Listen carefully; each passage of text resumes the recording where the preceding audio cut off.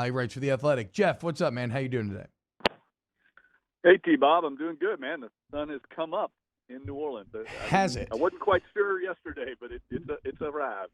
Yeah, I'm still not quite sure. We've been in this studio since before the sun was up, and so it feels just as dark and gloomy as it has when we got in here, Jeff. What a bummer. What a bummer for what an era, right? I mean, I feel like your Athletic article from this morning it really said it best, right? This is not the way that anybody would have wanted or hoped that it would ended. And so so let's start here. So why then did it end in this manner, how it did last night? Well, plain and simple, T-Bob. I mean, they just got outplayed. I mean, there was no real controversy. That's kind of what I wrote in years past. I think there was reason to believe the Saints either got robbed or a fluky finish in Minnesota, a bad officiating call. I mean, none of that happened yesterday. If anything, the Saints got a lot of the favorable calls, a lot of drives extended, but they Yeah. just got outplayed. I mean, they picked a bad time to play a game like that. If you really look at it, what the Bucs did to the Saints yesterday is what the Saints did to them in their first two games. They turned them over. They won in the trenches. They had a better game plan. I didn't think particularly Sean Payton had one of his better games, and it just all came apart in the fourth quarter. I mean, this game was a 7-point Saints lead, and they're driving, and the turnover by Jared Cook kind of turned the momentum, and from that point on, it was all Bucs. Yeah, I mean that is the kind of singularity point. If you just want to choose one play where everything turned, you mentioned the game plan, and you mentioned they chose a bad day to kind of have this day. So something you point out in the article, Jeff. This is the fourth year in a row where the Saints exit the playoffs, in disappointing fashion after entering as Super Bowl contenders. In those four playoff losses, they scored 24, 23, 20, and 20. 9 touchdowns to 9 turnovers. Now, is this a bit of a statistical quirk? Because whatever, you lost a playoff game. So, of course, your offense didn't do well. And, it's harder in the playoffs to play good offense. Or is there something there? Like, why have these offenses, which are the best in NFL history during the regular season, why have they sometimes looked like such a shell of themselves in the biggest moments?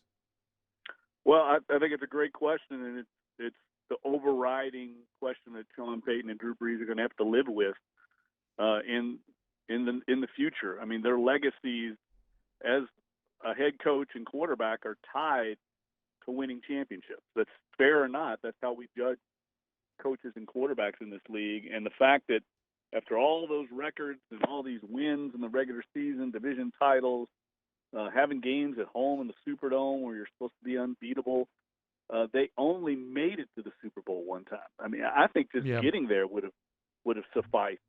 Now, obviously they had a bad call, and some things have gone against them, but ultimately that is not going to be an asterisk. I mean, you're going to look at this record and say that they did not fulfill expectations. The potential of this team was never realized, and this run here, this 4-year run, I don't see how they can sustain it now with all the change that's getting ready to take place, I think, in the coaching staff, the front office, the roster. It's going to be difficult for them to climb back up that mountaintop again.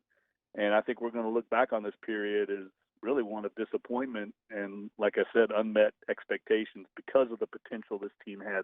This team should have won at least one Super Bowl in this run and certainly have made the game and given Brees a chance to perform on that stage and that platform one final time, and it just didn't happen for various reasons.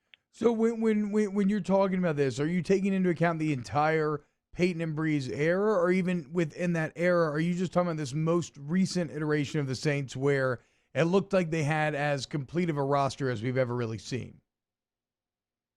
I think both. I mean, look, the 2011 Saints team, you could argue, was the best team they ever had, certainly the most dominant team. They came up short in San Francisco. That was back when the defensive shortcomings undermined what the Saints were doing offensively. And then this past run, this 4-year run that they've had where they've won more games than any team in the league and won 4 straight division titles, this team, for whatever reason, in the playoffs never played up to their potential. They never – this whole season I felt like the Saints never played their best. Yeah. We kept waiting for their best game, and it never happened. And I don't know why that is.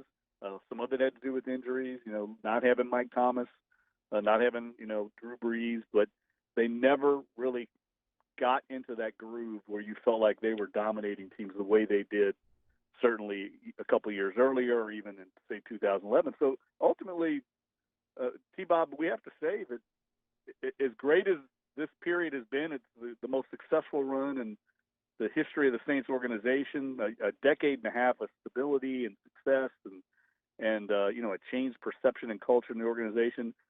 Still, championship-wise, they came up short, and that's going to be part of this legacy.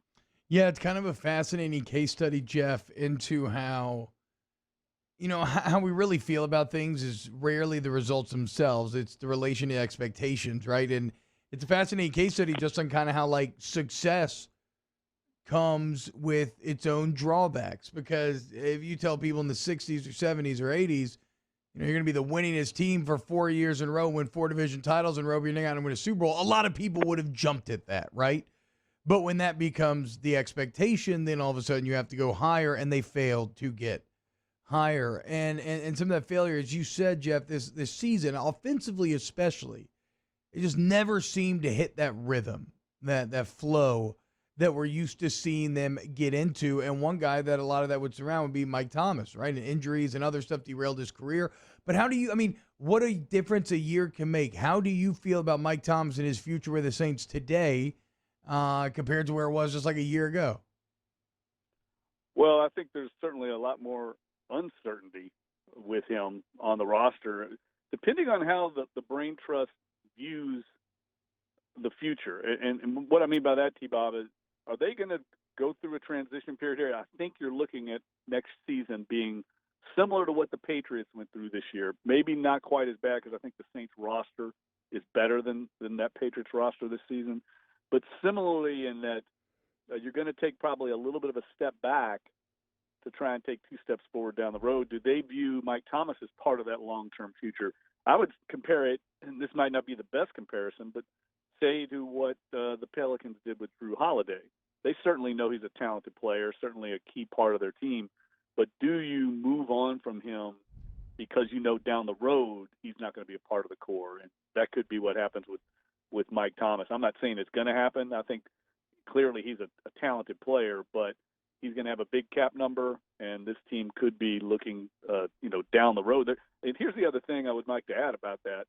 The quarterback position, I know a lot of people have been speculating, there's quarterbacks on the market maybe, and the trade market of Deshaun Watson, Sam Darnold. I've heard all kinds of names. Yeah.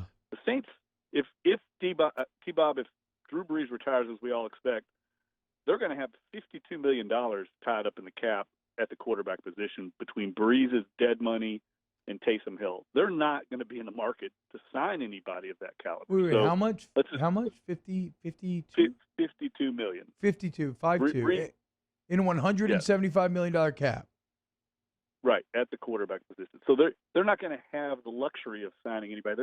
This is going to be, that's why I say it's going to be something of a transition year. They're going to have to live with either Jameis Winston or Taysom Hill likely as the successor for at least a 1-year period because they have no other option at that position because of this huge cap hit that's coming due when Brees retires.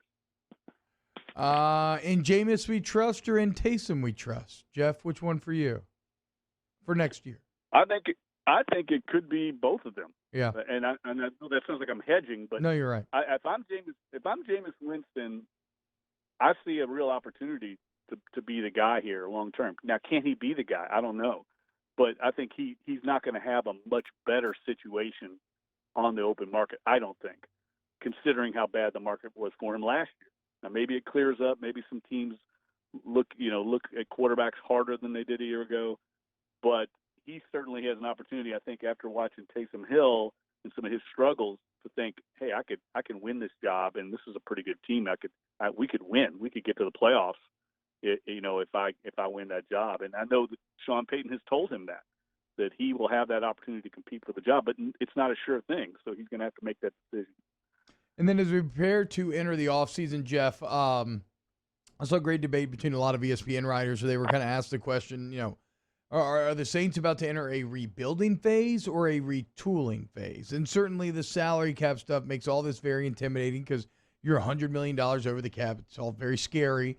But we know what Loomis, he's pretty adept at kind of moving things around. What do you think? Will the Saints be entering a rebuilding phase, or will they kind of remain playoff relevant as they try to figure out the next big steps? I wouldn't call it rebuilding. I think the way I look at it, I remember when my first year in the league covering the Titans back then, Jeff Fisher said, because of the salary cap, because of the business model of the NFL, you can't sustain a long run. That's why the Patriots have been so remarkable for so long. He said, but what you want is your down years, your transition years. You want to be like 8-8, 7-9, 9-7, where you're competitive. You can maybe slip into the wild card. You're playing relevant games. That's what I think the Saints are looking at here in the next year or so.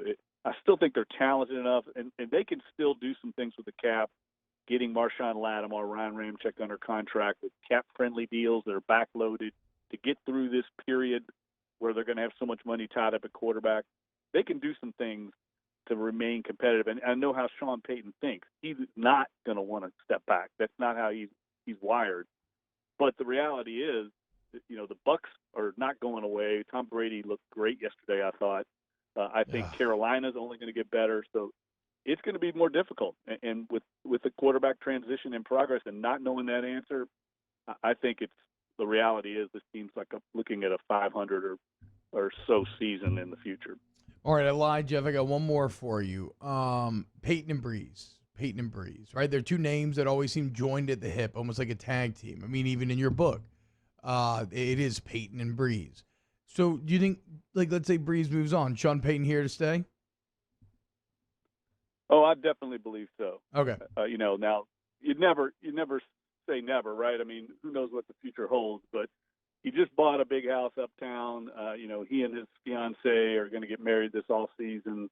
I think he's stimulated by trying to build something here without Drew Brees. Even as much as he loves Drew Brees and knows what he's meant to him and this organization, I think the mental challenge and the roster building challenge that faces him will stimulate him in the future. And I think he's looking forward to trying to kind of climb that mountain again without him. I mean, he did seem to kind of get off at times to kind of making up for players who were hurt and things like that and finding ways to get it done. So that is great news from Jeff Duncan. Also, my wife's a wedding photographer, so tell him to hit me up. Jeff, you have a great day, man. Thank you so much. Keep up the excellent work at Jeff Duncan _ on Twitter. Check out his work on The Athletic. And, of course, Jeff also wrote Payton and Brees, the men who made the NFL's greatest, the men who built the greatest offense in NFL history. Jeff, thank you so much. Thanks, T-Bob. Have a great day, buddy. Take care. You take it easy, man. All right, wrapping up the show when we get back here on OTBOT. Hey, I hope you enjoyed that video. If you did, go ahead and like and subscribe below. You want more great Saints content? We got it all here on Off the Bench Overtime. Check out these other videos, share with your friends, and let's grow the Who Dat Nation together. Who Dat?